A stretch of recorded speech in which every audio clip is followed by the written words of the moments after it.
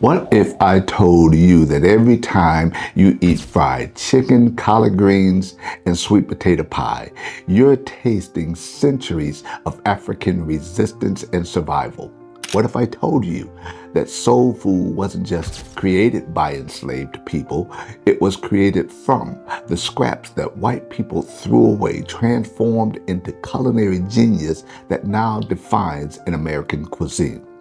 This isn't just about food. This is about how our ancestors took pig intestines, cornmeal, and pot liquor and turned oppression into nourishment, survival into celebration, and scarcity into soul.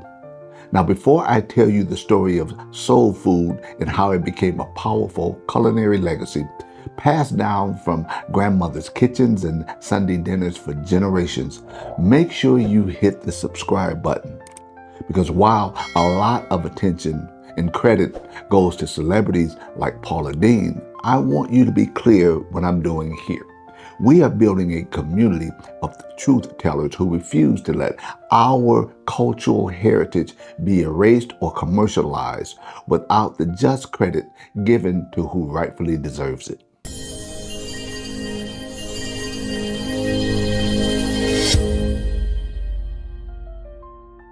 My earliest memories of starting to eat soul food is my childhood when growing up on Pinewood Avenue in Toledo, Ohio. At my grandparents' house, who lived 2 doors down from us, I remember eating things like fried chicken, eggs, and grits for breakfast. I remember her cleaning collard greens and the robust flavor that would be added whenever she put a ham hock in them. I remember washing our feet, not for church service, but to stomp grapes because my grandfather made homemade wine. And I remember collect the first fall of snow because my grandparents also made homemade ice cream. You know, even today, when eating pork chops served with black-eyed peas and okra, it reminds me of my grandparents. But it was my father who taught me how to cook. Amazingly, what he taught went beyond recipes, things like a pinch here and a little of that there. And yeah, and I said that correctly, not a little here and a little of there.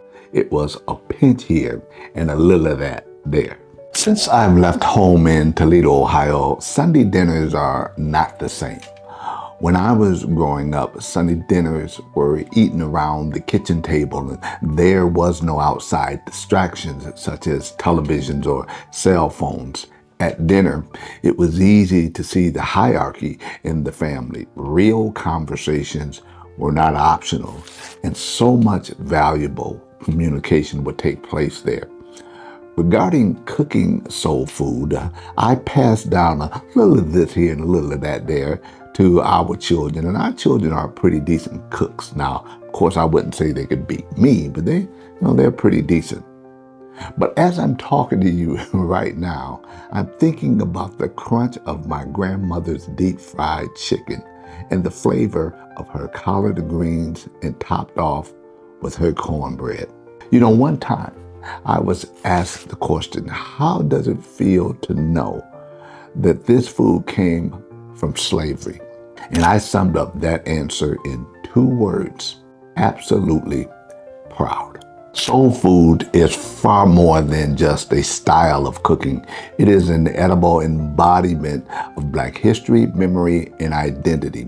Each dish tells a story of struggle and survival, of creativity born from scarcity, and of love expressed through nourishment. Rooted in the brutal experience of slavery and transformed through centuries of adaptation and resilience, soul food represents the enduring spirit of the Black American community. What began as a cuisine of necessity has evolved into a national treasure that celebrates cultural pride, history, and togetherness. Today, we're going to explore the heritage of soul food from its origin during slavery through its evolution in the post-emancipation era, its symbolic power during the civil rights movement, and the contemporary relevance today. The origins of soul food trace back to the transatlantic slave trade when millions of Africans were forcibly brought to the Americas between the 16th and 19th centuries. Enslaved Africans carried with them culinary traditions, techniques, and ingredients from their homelands in West and Central Africa, traditions that would profoundly influence Southern cuisine. Staples such as okra, black-eyed peas, yams, rice, and watermelon came directly from African foodways. Yes, watermelon, a fruit that racists have used to mock us for generations, came from Africa with our ancestors and was cultivated by their hands. However, under the harsh conditions of slavery, enslaved people had little control over their diet. They were often given meager food rations by their enslavers, typically consisting of cornmeal, lard, molasses, and scraps of meat that households considered undesirable, such as pig feet, intestines called chitterlings, and ham hocks. Out of necessity, enslaved cooks transform these humble ingredients into flavorful and sustaining meals through ingenuity in African cooking methods like stewing, frying, and slow simmering. For example, collard greens, a staple of soul food, were simmered slowly with smoked meats and spices to infuse flavor. The technique of pot liquor, the nutrient-rich broth left behind from cooking greens, originated as a way to make the most of limited resources but became a delicacy in its own right. Similarly, enslaved cooks transformed cornmeal into cornbread, whole cakes, and grits, foods that have become synonymous with Southern comfort cuisine. Cooking was not only about survival, it was also about community. The act of preparing food and eating together offered enslaved Africans brief moments of humanity and connection amidst dehumanization. Soul food thus began as both substance and cultural resistance, a way to preserve identity and dignity through the art of nourishment. Following emancipation in 1865, soul food remained central to the lives of freed African Americans. During Reconstruction, Black communities across the South continued to prepare traditional dishes now enriched with greater access to ingredients through farming, hunting, and community sharing. Churches, which became the spiritual and social centers of Black life, often hosted gatherings where fried chicken, macaroni and cheese, candy yam, and homemade pies were shared.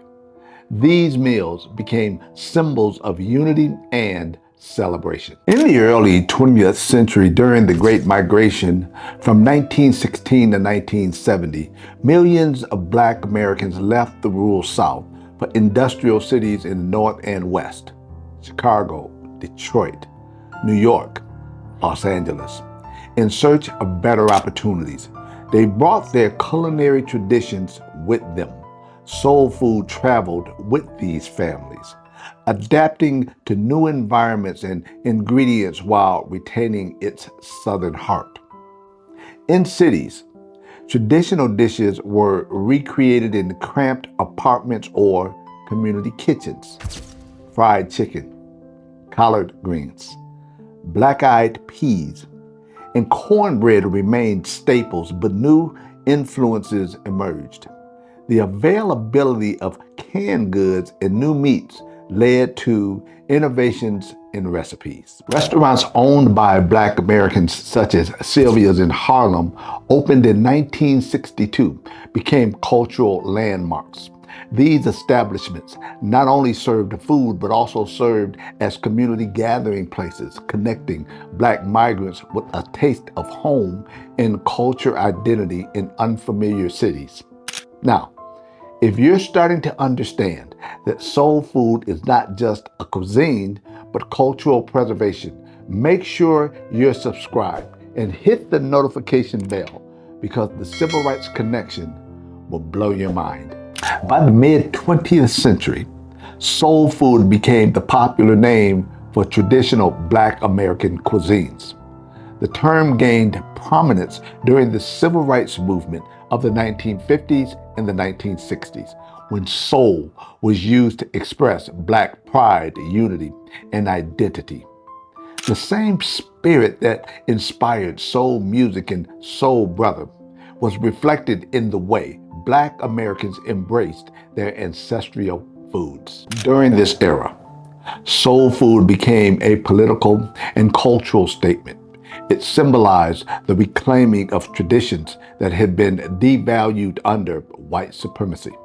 Sharing dishes like fried chicken, collard greens, and sweet potato pies became acts of cultural affirmation. Civil rights leaders and organizers often gathered around these foods to plan protests, celebrate victories, and strengthen solidarity. Notably, during the Montgomery bus boycott from 1955 and 1956 in cities throughout the South, local churches and homes became centers of activism, often feeding participants with hearty, home-cooked meals. These preparations and sharing of foods during these events enforced a sense of purpose and belonging, a nourishment of the body and spirit. Figures such as Georgia Gilmore from Montgomery, Alabama, used food to fund the movement. Gilmore ran the Club from Nowhere, a secret group of Black women who sold pies, cakes, and plates of food to raise money for the boycott efforts. Their work exemplified how soul food not only sustained activists physically, but also financed freedom struggles. Now think about that. Our grandmothers literally cooked the civil rights movement into existence. As the civil rights movement faded into the 1970s, soul food became both celebrated and commercialized. Cookbooks, restaurants, television shows popularized dishes once confined to Black households. White-owned establishments began marketing Southern-style cooking without acknowledging its African-American origins. Soul food became a part of American popular culture, but often stripped of its historical and cultural meaning. At the same time, criticisms emerged concerning health effects of traditional recipes, which were often high in fat, sodium, and sugar. By the late 20th century, with rising concerns about hypertension, diabetes, and heart disease in Black communities, some viewed soul food as unhealthy. However, this critique often ignored the historical context. Soul food was born from scarcity and survival, not abundance. Our ancestors didn't have access to fresh vegetables and lean meats. They made magic with what they were given. In response, many chefs and food scholars began to reinterpret and reclaim soul food. Figures like Chef Edna Lewis, known as Grand Dame of Southern cooking, emphasized fresh, local ingredients and traditional preparation methods. Lewis's work reminded America that Southern and soul food were rooted in seasonal farm-to-table practices long before such phrases became trendy. Modern chefs like Bryant Terry and Carla Hall have continued this legacy by introducing health-conscious soul food, using less processed ingredients while preserving authentic flavors. This evolution demonstrates that soul food is not static. It adapts while maintaining its cultural essence. Throughout generations, soul food has remained a central pillar of family and community gatherings. Sunday dinners, holiday meals, and church picnics all reflect the enduring role of food in Black social life. Dishes such as fried chicken, macaroni and cheese, collard greens, and sweet potato pie are not merely recipes. They are traditions passed down through storytelling, rituals, and love. For many families, cooking is a form of oral history. Grandmothers teach grandchildren how to season cast iron skillets, measure spices, buy feel, and stir pots until it looks right. These lessons preserve not only recipes, but also values of patience, generosity, and resilience. One poignant example is the Thanksgiving table in many Black American homes. While turkey may be the centerpiece, it is often surrounded by soul food staples: candy yams, collard greens, and smoked turkey, cornbread dressing, and peach cobbler. These dishes link the modern table to ancestral kitchens, merging national traditions with cultural heritage. Even funeral repasts, gatherings after the funeral, often feature soul food as a symbol of comfort and community. In moments of grief, sharing food becomes a way of affirming life, continuity, and belonging. Today, soul food continues to evolve, bridging history and innovation. Across the United States, new generations of chefs, restaurants, and scholars are redefining what soul food means in the 21st century. Restaurants like Chef Marcus Samuelson's Red Rooster Harlem and Chef Mashama Bailey's The Gray in Savannah have elevated soul food to fine dining while honoring its roots. Food festivals such as the National Soul Food Festival and the Taste of Soul in Los Angeles celebrate the diversity and creativity of Black culinary traditions. The digital age has also expanded access and awareness.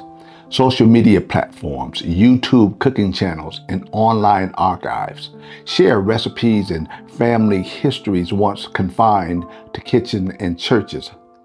Young generations are reviving forgotten recipes, okra stew, hoppin' john, or red rice, and integrating them into contemporary lifestyles. Moreover, the movement for food justice and sustainability has found natural allies in the history of soul food. Community gardens, urban farms, and farm-to-table initiatives in predominantly Black neighborhoods reconnect soul food with its agricultural heritage. By growing collards, sweet potatoes, and herbs locally, communities are reclaiming control over their food source while addressing issues of food deserts and health disparities. Soul food is more than a sum of its ingredients. It's a living legacy of endurance, adaptation, and cultural pride. From the fields of enslavement to the tables of contemporary America, it has told the story of a people who made something beautiful out of hardship.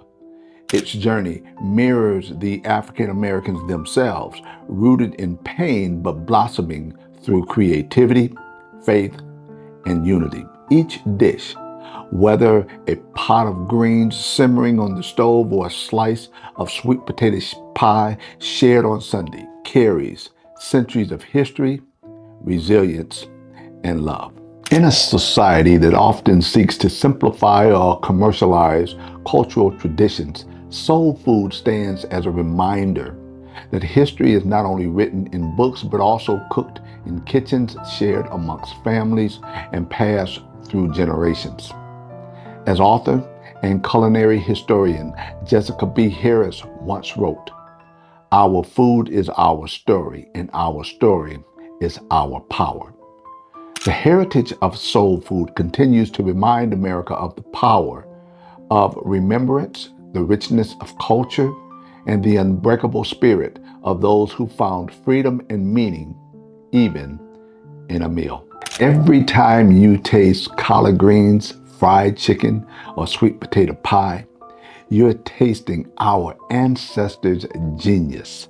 They took scraps, the parts that white slave owners threw away, and created a cuisine that now defines an American food culture. They cooked resistance, they cooked survival, and they cooked soul. So in an era by which they're trying to erase history, your children and grandchildren need to know that soul food isn't just delicious. It's our history on a plate. It's proof that we turn depression into nourishment, poverty into celebration, and pain into something beautiful. If this story connected you to your grandmother's kitchen, to Sunday dinners, to the smell of greens simmering on the stove, I need you to do something for me right now. First, hit the subscribe button and ring the notification bell so that you never miss these stories that preserve our cultural heritage. Now, second, like this video and please share it with your family and friends. The next time you gather at Sunday dinner, tell them this story. Let them know what they're really eating. Third, leave a comment and help me teach the next generation. Now, answer these questions so that others can learn. 1. What soul food dish connects you most to your family or childhood? Who taught you how to make it? And what memories does it bring back? 2. How do you feel knowing that soul food came from the scraps enslaved people were given? Does it change how you feel about these dishes? 3. What soul food traditions are you passing down to your children and grandchildren? How are you teaching them about the history behind the food? And fourth, this is crucial. Read High on the Hog, A Culinary Journey from Africa to America by Jessica B. Harris. This book traces our food from Africa to the Americas, showing how our ancestors' cuisine shaped the entire world. You can find this book and our complete Black History book library at the link in the description and in the pinned comments below. These books preserve our culinary heritage. Don't just cook the food, understand the history.